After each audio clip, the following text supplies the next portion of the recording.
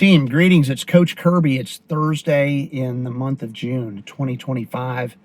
And I've got a daily reflection for you here. I use these videos to give you an inside look into my professional life as the CEO of Liberty Classical Schools. And unashamedly, I am attempting to promote the mission of our organization, which is to launch and operate American Classical K-12 charter schools whose mission it is to form knowledgeable, virtuous citizens. That's what we do, and that's the work that inspires us. And man, this is a day like many where I just feel such gratitude to be able to work in this environment towards this mission with this group of people. And I would just want to encourage you, and maybe this video is an encouragement to you that are in work that is not inspiring and that is maybe not in alignment with your very being, and maybe you'll derive some encouragement from all this and make changes in your life so that that's true for you. And certainly happy to share how I have had the good fortune to do that. Some of it is through blessings that come from above, and sometimes it's just some good decision making, maybe a little bit of both. But let me stay back on track. I had 2 meetings this morning that were so inspiring and encouraging. All right, let's just let this camera roll here for a few minutes. Money. Filming right here from the quad at Hillsdale College. Men with hearts, bodies, and minds of which the entire Bulldog Nation can be justifiably proud. Easy came and easy went. Mama said there's days like this. Count your blessings in the way. Even when the storm rolls in, then the earth I felt it shake, and the sun I saw it fade, and the truth I heard it break. I knew trouble was on its way, but I'm still standing on my feet again this time. Okay, the first meeting I had today was with a young lady that I've known now since 2014. She was part of the founding faculty of Atlanta Classical Academy. And in fact, she was my daughter's first teacher at Atlanta Classical Academy when she was in the 4th grade. My daughter's now a rising junior in college. And this young lady lives in a foreign country now. She is married and has a child. And she wanted to talk about an idea she has to start a classical school in this foreign country. Okay.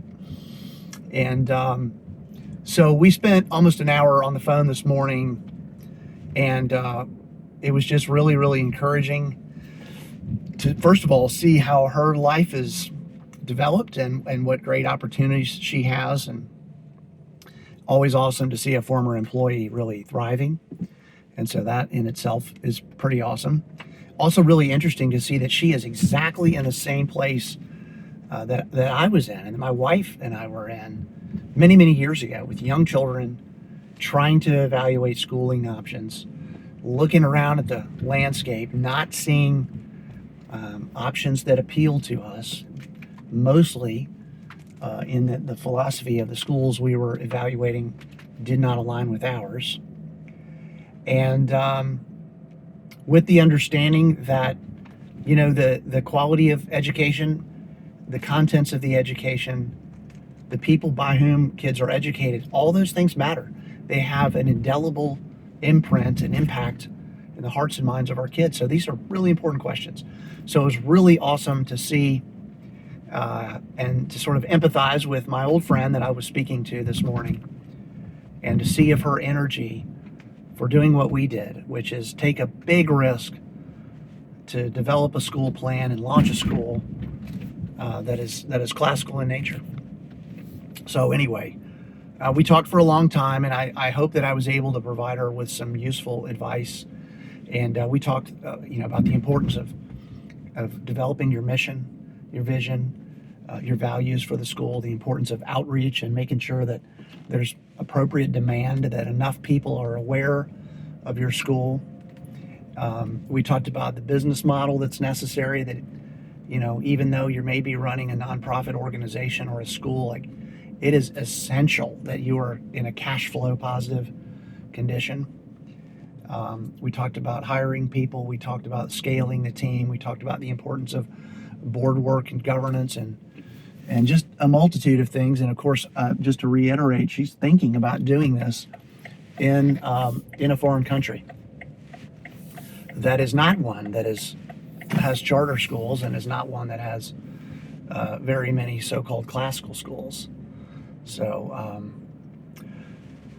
anyway, I just wanted to share a little bit about that. I think it's a cool opportunity for her, and it's inspiring to me, and maybe we'll, in a very small way, help her through that process, and that she will perhaps do everything she's envisioning. Launch a school and change the trajectory of the lives of a whole lot of people. So really, really cool and inspiring to be part of that story. We're going to stay in touch with her, and who knows, maybe we'll have an opportunity to bring back to you some updates, maybe provide you with a little bit more detail. I've been a little bit cagey on who she is and where she is and all that, because I don't have her permission to talk about her circumstances. But maybe she'll see this, and if she does, I hope she is encouraged to stick with the work, because everything that is worth doing is probably going to be hard, and this is going to be hard, but I think she can do it. So that was the first meeting. The second meeting was with my chief of staff. His name's Rob Kelly. I will mention his name. We had hired Rob. He joined our team a couple of years ago now. And so I thought I would talk for just a minute about our configuration at Liberty Classical Schools. This is not unique to us, but maybe it's helpful to you if you're in organizational life, particularly entrepreneurial organizational life. But and I am finding that this configuration is the appropriate and best way to organize even a school, though it has taken me 11 years to gain clarity around this. And I'll tell you why. So what is the configuration we're in? Well, in effect, we have kind of at the top of the organization, we have myself, I'm a CEO, and then we have Mr. Kelly, who is our chief of staff.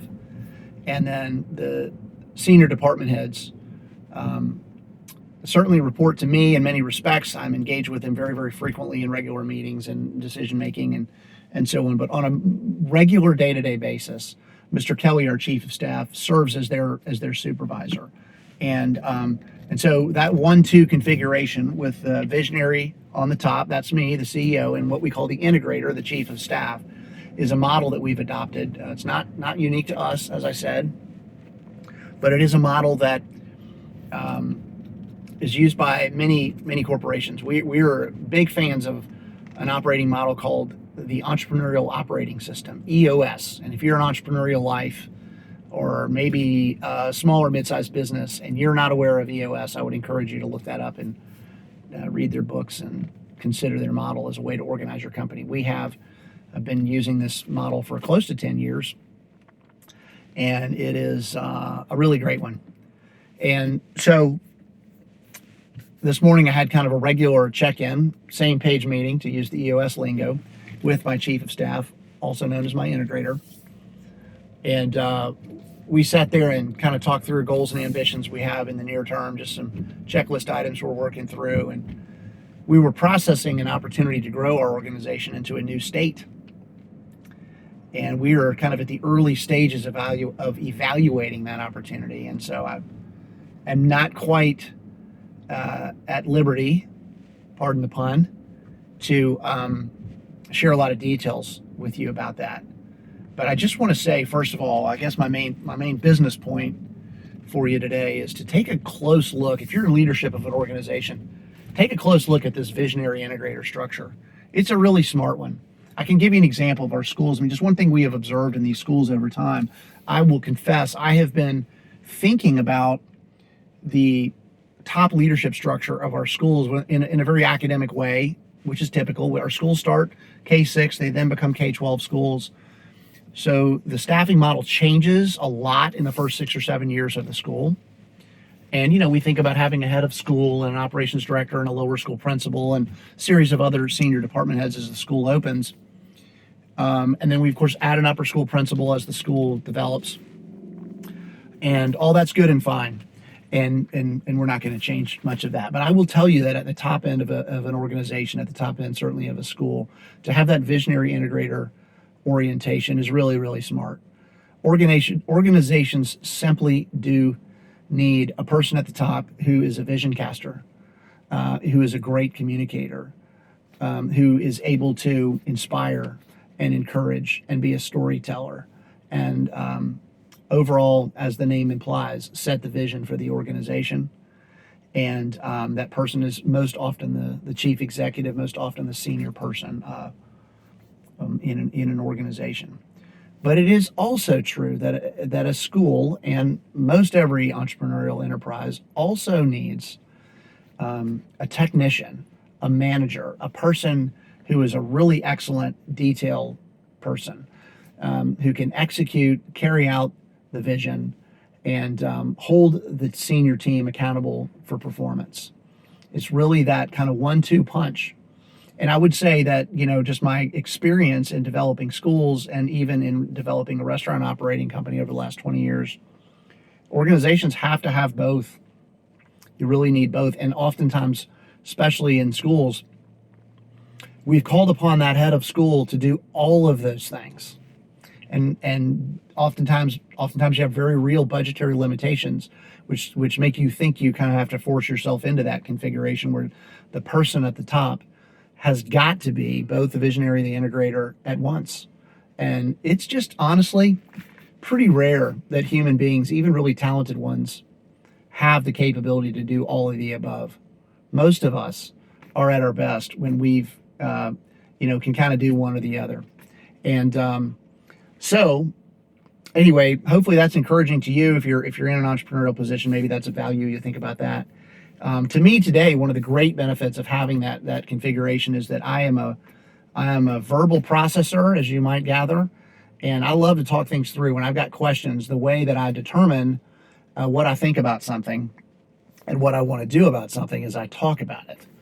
Sometimes I write about it, but that's sort of an external expression of getting the words out, of getting clear on what the language is. And but I definitely need that, and it really, really helps me to have a really smart human being across the table to listen, to prompt me with questions, to question my thinking and test assumptions and all those kind of things. And Mr. Kelly, our chief of staff, our integrator, who is listening to me with sort of the wants and the needs and expectations and limitations of that senior staff in mind.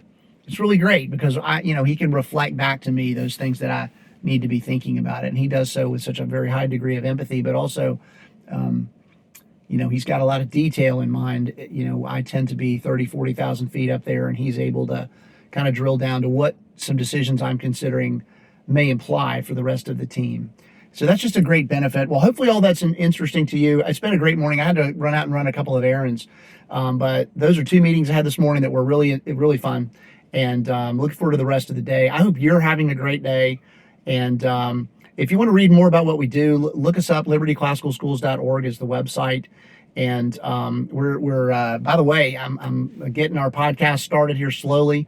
I'm doing a couple of interviews we're recording tomorrow. It's called The Liberty Show. Perhaps by the time this video is aired, you'll be able to click over and get caught up on The Liberty Show, which is going to be posted on Liberty Classical School's YouTube channel, also through typical podcast channels, so you'll be able to hear it, by audio or also by video.